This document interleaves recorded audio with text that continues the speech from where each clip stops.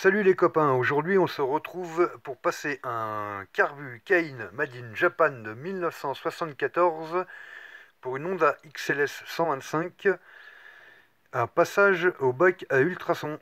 Donc on a préparé un peu de matériel, et puis la machine est presque prête, voilà, avec un produit tout neuf. Donc on va passer au carbu et on va passer au démontage. Et c'est parti pour le démontage.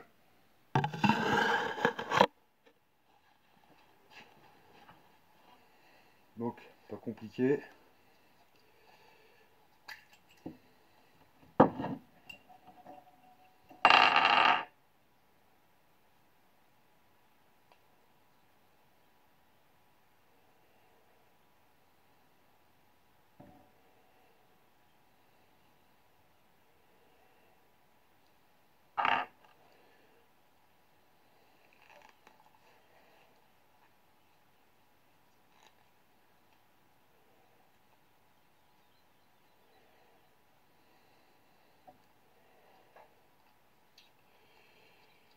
On essaye de mettre le carburant en pièces. Là, on va bien voir que c'est dégueulasse.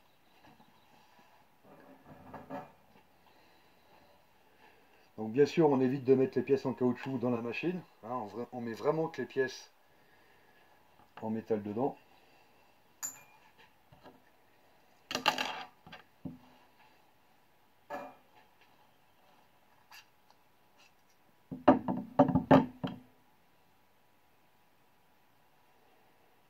L'aiguille, elle est coincée. On l'aura peut-être coincée d'origine. À mon avis, c'est là. Vous voyez, on voit que c'est... Enfin, je sais pas si vous allez voir. Attendez.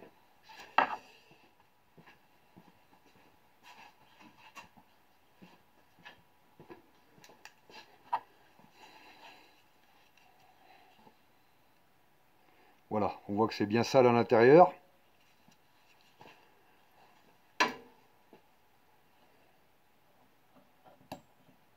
Ah ouais, d'accord, c'était vraiment la merde qui était collée dedans. Donc la merde était bien collée dedans.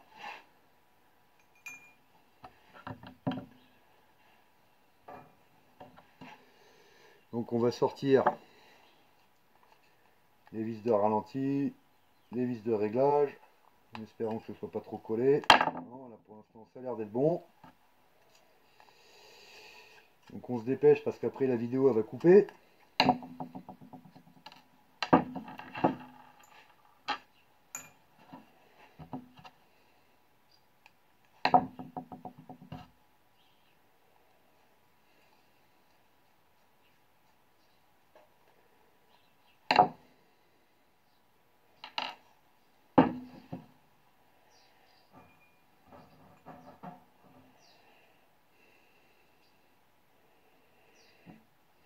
On va dire pas confondre les ressorts, mais en fait c'est exactement les mêmes, donc il n'y aura pas de changement.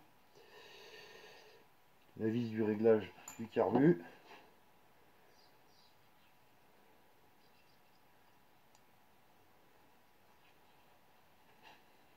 Bon là je vais avoir un petit souci de chercher des outils. On a trouvé les outils, donc du coup on va continuer à en démonter un peu plus. Les durites sont super collées. C'est vraiment un vieux carbu, c'était une machine qui était vraiment épave. Donc bien sûr c'est pas moi qui ai la machine, c'est un collègue à moi qui m'a demandé donc de lui passer son carbu à l'ultrason. Donc on va le faire. Donc ça c'est la vis de purge je suppose. Donc qui est bien dégueulasse aussi. Donc le joint il est cuit.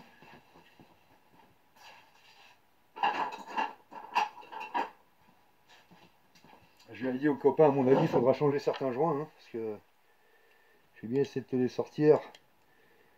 Mais à mon avis,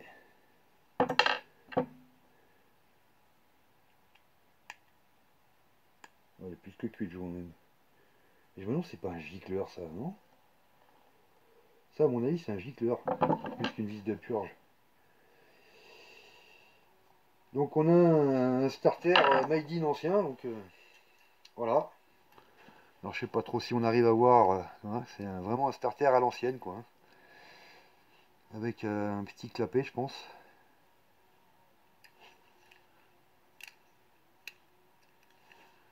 Donc il y a un petit clapet à l'intérieur. Donc on va essayer de le démonter. Et ça a l'air d'être vraiment chaotique quoi. Ça m'embête presque de le démonter. On va finir de sortir les durites.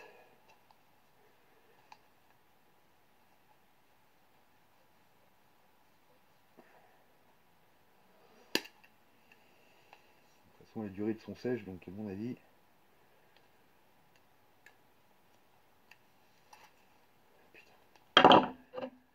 Bien sûr mon poignet me fait mal comme d'habitude.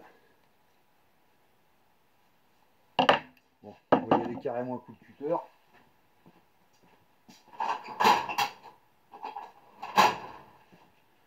L'importance d'avoir une caisse à peu près bien rangée, de savoir où sont les outils, ben, vous ne perdez pas votre temps à chercher vos outils. Voilà, il a l'air de sortir là. Hop, impeccable. Là. Voilà, donc ça par contre faut garder, ça aussi. J'ai l'impression qu'il y a une merde à l'intérieur de ça là. Là, je sais pas si ça se démonte ou pas ça, pas l'air.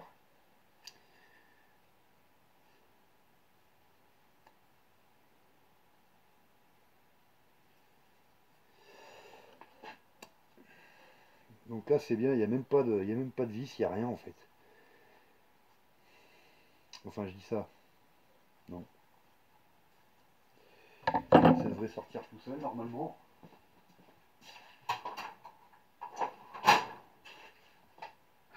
Certainement que c'est collé.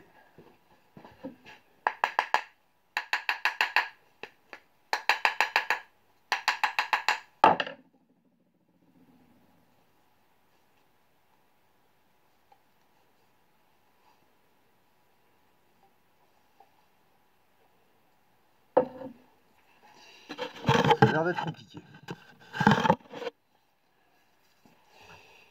Changer le maillet. Ah, ouais. Bon ben on voit bien qu'en fait le joint est bien collé.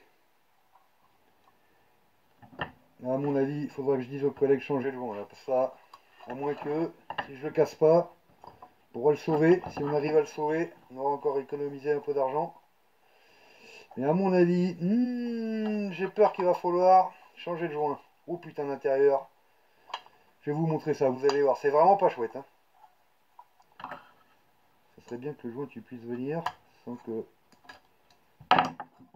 Voilà. Bon bah voilà l'intérieur. Elle n'est vraiment, alors, pas du tout chouette. Mais alors, pas du tout de chez pas du tout. Voilà, ça ressemble à ça. Et alors, le carburant en lui-même, et ben, là, il y a du travail. Hein.